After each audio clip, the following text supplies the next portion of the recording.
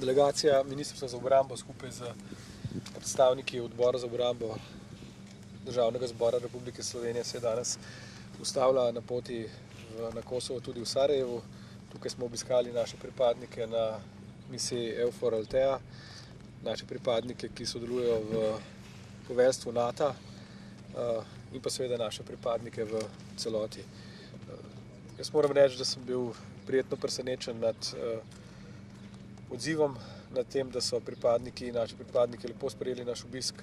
Seznanili smo se tudi za varnostno situacijo v Bosni in Hercegovini, ki je v tem trenutku razmeroma dobra. Sama entiteta oziroma sama država je na poti k temu, da tudi dobi vabilo Zveze NATO. Jaz sicer osebno ne verjamem, da bi to vabilo lahko bilo dano že na čikaškem summitu, seveda pa obstaja tudi neka minimalna možnost, da bi se to uredilo tudi do tega dne. Od česa je to lahko odvisno? To je posebej odvisno od ameriškega stališča, ali bodo te korake, ki so jih naredili pri vzpostavitvi definiranja lastnine, ki danes ni definirana, želijo namreč, da se vsa ta vojaška lastnina, ki jo v Bosni in Hercegovini prenese na državno raven, ali bodo ocenili, da je ta prvi korak, ki so ga naredili z podpisom sporazuma med 6 najpomembnejšimi političnimi predstavniki zadostna, ali pa bodo počakali, da se bo zadeva še nekaj dlje implementirala. Predvsem od tega je to odvisno. Na povabilo ministra smo se tudi iz odbora za obrambo Državnega zbora povabilo odzvali in obiskali naše vojake v Sarajevu.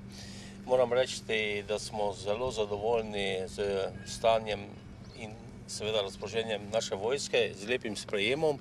Istočasno pa smo tudi bili na obisku pri poveljniku EUFOR-a in poveljniku NATO v Sarajevu. Seznanili smo se dejansko z njihovimi nalogami, kako tudi seveda z nalogami našega kontingenta Slovenske vojske. Vsem je ocena zelo pozitivna. Gospod Jurša, kakšnim tveganjem so izpostavljeni slovenski vojaki v Bosni in Hercegovini? Jaz mislim, da je to tveganje bistveno manjše, kot je bilo v preteklosti, ampak iz vseh teh podatkov, ki smo jih dobili, vidimo, da obstaja in seveda neobhodno potrebno je, da se držijo varnostnih mer na območju delovanja Slovenske vojske. Kakšna pa so ta tveganja? Kaj so to možnosti, verjetnost incidentov, ne vem, verjetnost nesreč na cesti? Kaj je tisto, kar trpi na njih? Mislim, da je večja možnost ravno sodelovanje v javnih komunikacijah, se pravi prometu, pa tudi seveda, če se slovenski vojaki oziroma pripadniki nahajajo na različnih lokacijah, različnih lokalov in tako dalje, tam je ta verjetnost malo večja. Kaj pa, ko se pripravlja nov rebalans, ko se reže v državi, je vedno na prvem mestu, nekje na vrhu tudi vojska. Kako je recimo zdaj z opremo naših vojakov na tem koncu? Ste dobili morda kakšne zahteve? Ne, naši vojaki so zaenkrat povsem ustrezno in spodobno opremljeni. Res je, da smo tudi v letošnjem proračunu deležni ali pa bomo deležni zmanjšanja kar nekaj milijonov. To zmanjšanje bo cirka vsaj 10 oziroma mogoče celo več procentov, to je nominalno skoraj 40 milijonov evrov. Vojaki niso podali nobenih zahtev glede opreme, se pravi, jaz ocenjujem, da so zadostno in dobro opremljeni. So pa posredovali seveda mnenje, da je pa sama bosanska armada izjemno slabo opremljena, da ta armada v bistvu prosi tako nas kot seveda druge državice člane NATO za donacije, ker pa seveda je problem v tem, da danes tudi države članice NATO niso več sposobne takih donacij kot nekoč. Kakšna pa je stopnja usposobljenosti bosansko-hercegovskih varnostnih sil?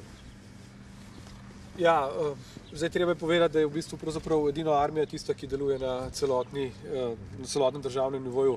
To je edina nadnacionalna struktura, ki funkcionira.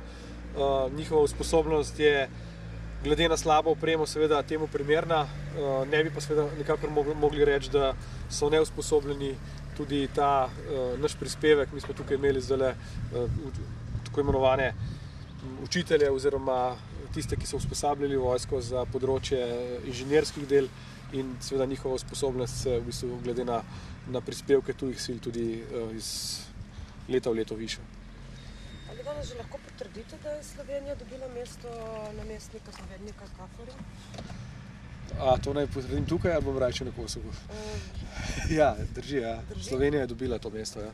Tako kot smo povedali pred 2 tednoma, da se za to borimo, to je zdaj končno tudi uradno potrjeno. In kdaj bo gospod Pograjc nastopil funkcijo? Gre za jesensko izmenjavo, se pravi, Oktobra. Oktobra, ja, tako je. Ja.